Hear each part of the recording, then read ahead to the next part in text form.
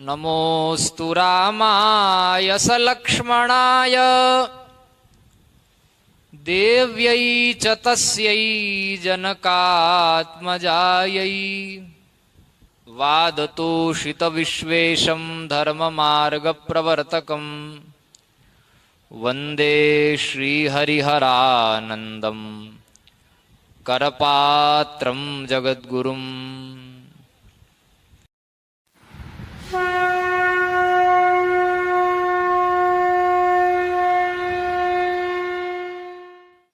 ऐसा कहा जाता है साधु समाज में धर्म सम्राट स्वामी श्री करपात्री जी महाराज को गुड़ाकेश कहा जाता था। 12 बजे के लगभग सो पाते और 2-2:30 बजे के आसपास ऐसा ही सुनते हैं। 2 घंटे की निद्रा थी 24 घंटे में उनकी। पूज्य धर्म सम्राट जी महाराज की निद्रा 24 घंटे में 2 घंटे मात्र की थी। 3 समय पूजा है, प्रवचन 3 समय के हैं, लेखन है, सभाएं हैं, लोगों के शंका समाधान है और लगभग मुझे लगता है ठीक से समझ रहे 2 बार उनके दिन में अध्यापन होता था।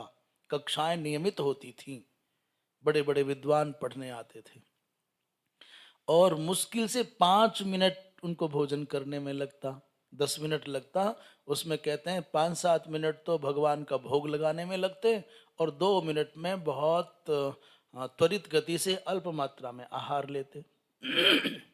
हम तो ये सब बातें सुनी सुनाई महापुरुषों के मुख से सुनी हुई बता रहे हैं कि जितना अधिक समय लगता केवल वो उनको भोग लगाने में लगता। अन्यथा आहार में तो बिना नमक का, बिना मीठे का बहुत गरम गरम प्रसाद लेने का स्वभाव था। बहुत जल्दी अल्प समय में ही 24 घंटे में एक बार तो उदर की पूर्ति के लिए अर्थात जीवन धारण करने के लिए आहार कुछ लेना है तदर्थ जाता और अत्यल्प काल उनका माने भोजन और शयन प्रायशः सामान्य मनुष्य का अधिकांश समय खाने और सोने में जाता है और पूज्य धर्म सम्राट जी महाराज के जीवन में अत्यंत अल्पतम समय इन्हीं 2 के लिए जाता था। ये अंतर होता है कौन संसारी है और कौन असंसारी है, विरक्त है। उनका प्राय समग्र जीवन इस भाव से भरा हुआ, कैसे अधिक से अधिक समाधान कर जाऊं, कैसे अधिक से अधिक लोक मंगल के कार्य कर जाऊं, कैसे अच्छा सा अच्छा वो करूं जिससे कि लोक का मार्गदर्शन हो। इसी जीवन उधेड़बुन में पूरा जीवन चला गया। शतधा प्रहार भी सहे, तिरस्कार भी सहे, अपनों की उपेक्षा भी सही, प्रशासन का भी तिरस्कार, सब कुछ हुआ, परंतु अपने पथ से, अपने लक्ष्य से, अपने उद्देश्य से वो विचलित नहीं हुए। ऐसे विलक्षण महापुरुष तो प्रायः मनुष्य का जीवन किस में जाता है? सोने और खाने में, और उनके लिए दोनों कार्य अत्यंत नगण्य थे, अत्यंत गौण थे। हमने तो ये भी सुना है कि जब कभी वो श्रीमद् भागवत का मूल पारायण करते, कभी अपने आनंद के लिए अनुष्ठान करते, तो 7 दिन तक अखंड जल भी नहीं पीते थे। 7 दिन तक अखंड निर्जल रह करके साप्ताहिक पारायण करते। और आपको लग सकता है भाई साप्ताहिक पारायण तो केवल दक्षिणा पाने के लिए, यजमान की प्रसन्नता के लिए, संकल्प सिद्धि के लिए होता है, वो कोई अनुष्ठान है क्या, कोई तपस्या है? हाँ, ब्रह्मा जी महाराज ने मास पारायण करके, ब्रह्मा जी महाराज ने मास, चलो संख्या छोड़ते हैं, ब्रह्मा जी महाराज ने सृष्टि का सृजन करने के लिए श्रीमद् भागवत का पारायण करके भगवान की कृपा प्राप्त की। ऐसा स्कंद पुराणोक्त भागवत महात्म्य में वर्णन आता है। भगवान विष्णु ने सृष्टि का पालन करने के लिए श्रीमद् भागवत का मास पारायण किया और भगवान शंकर ने तो वार्षिक पारायण किया है सृष्टि का संहार करने के लिए। तब जाके सृष्टि का संहार करने की क्षमता प्राप्त की। तो क्या प्रसंग चल रहा था? ये गुड़ाकेश शब्द पर अटक गए। धर्म सम्राट जी महाराज को गुड़ाकेश कहा जाता था। अर्जुन महाराज को गुड़ाकेश क्यों कहा जाता है? और सबसे पहले किसने कहा अर्जुन को गुड़ाकेश?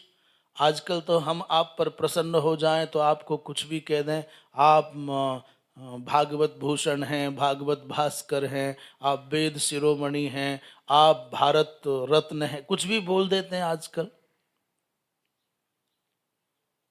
आप पता है ना क्या क्या बोल जाते हैं ना लोग, किसी को कुछ भी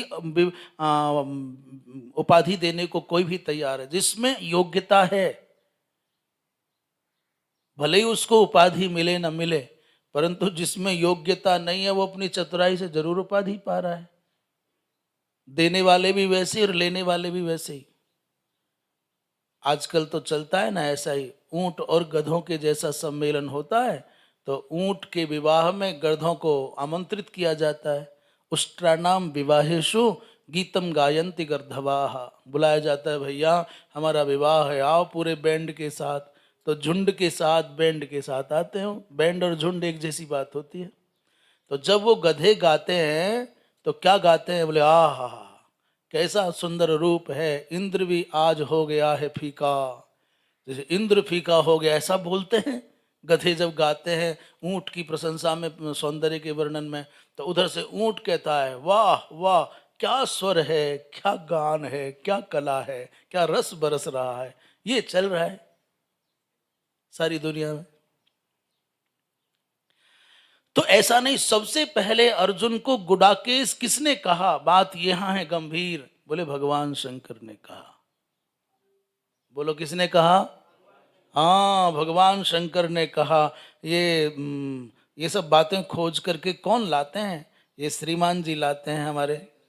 नहीं नहीं, श्रीधर जी नहीं, श्रीधर जी के चेला हैं बंसीधर, दोनों धर हैं। वो श्रीधर हैं, ये बंसीधर हैं, दोनों एक हैं, बस नाम का भेद है। वो श्रीधर हैं और ये बंसीधर हैं। बंसीधर श्री कृष्ण और श्री मने स्त्री को हृदय बक्षसी धरती श्रीधर। वो भी नारायण, ये भी नारायण, दोनों नारायण।